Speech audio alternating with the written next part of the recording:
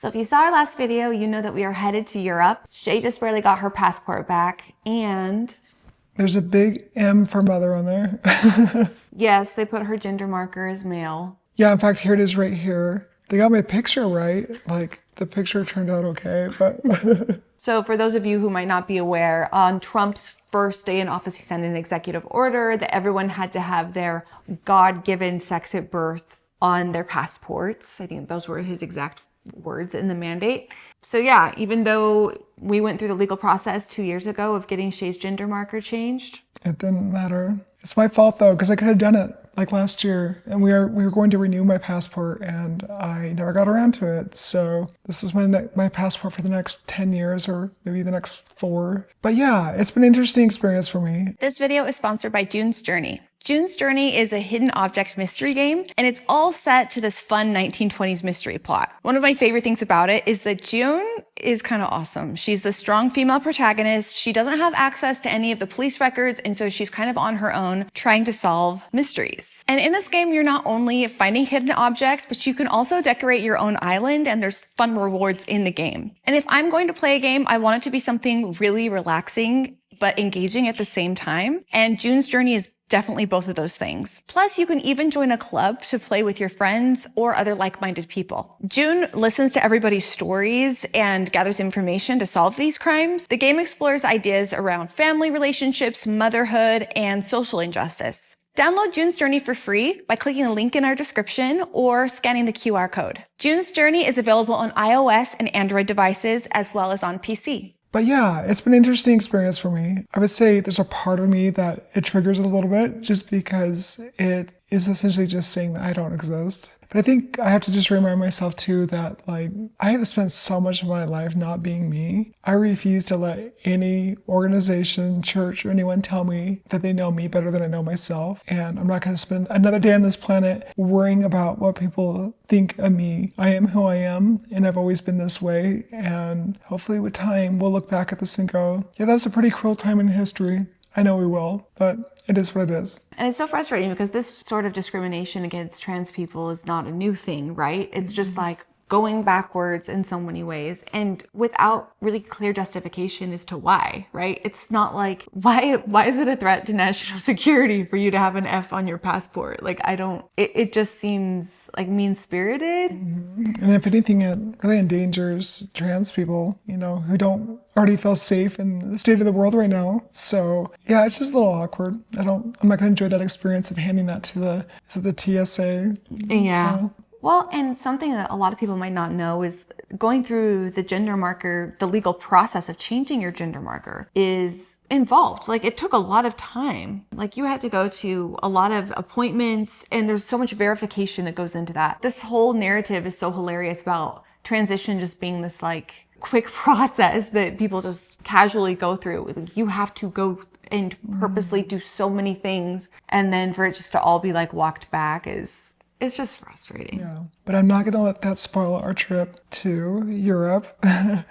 You know, I have my driver's license too, so I'll just like really confuse because my state driver's license says F on there. So your Utah state driver's license has the correct gender marker. For now. Oh my gosh, but. So you posted a reel a few months ago about this whole thing, like when this executive order came about. That was kind of cathartic to see our community's response because they were just like clapping back with so many hilarious things, like M's for mujer, you know, M is for mother, and that helps a lot to have a community that is just like in your court. Yeah. Honestly, the only difference is I just now open my book upside down and it says W. So it's all good. It was just a typo. Yeah. So. Yeah, no big deal. How are you feeling about your first international trip, like since transitioning?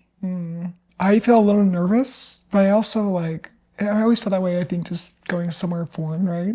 Right. It's not so much the UK as much as Istanbul, which we've been there and it's beautiful. But you just don't know when you're trans and you're open about being trans, how society's going to react within different cultures. And we've done some research and it seems like, you know, it's probably a lot more open-minded places than where we live right now. But I do feel safe here, if that makes sense. Like I know people are very conservative, but honestly, in some ways, it's really exhilarating for me just to be me in different parts of the world, which is why I love traveling so much recently. It's just been so healing to be among different cultures and different people in different walks of life. Kind of two different feelings, but I refuse.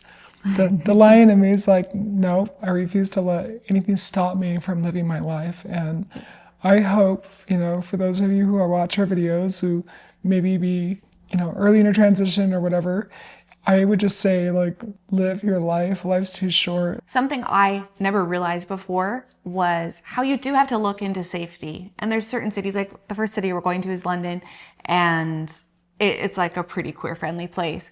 But Istanbul is a different story, and there's certain neighborhoods that are very safe and comfortable for LGBTQ folks, and other neighborhoods where it can be very uncomfortable.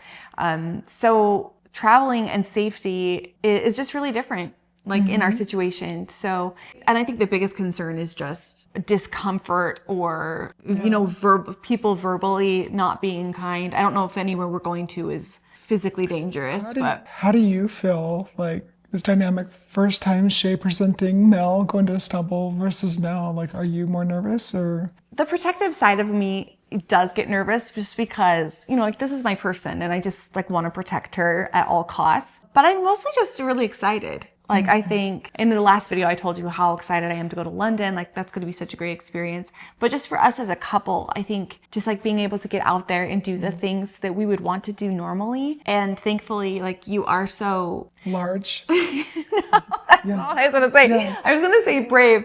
But sometimes it's hard to talk about stuff like this because then when someone's like, you're brave, you're so brave for going out and being who you are. But it is an act of bravery to, the way she's talking, saying, no one's going to keep me from being myself. That is brave for anybody. And I feel like it's a lesson, not just for trans people. Trans people are some of the most brave among us because they are going against the grain of society and people who are going out of their way to bully.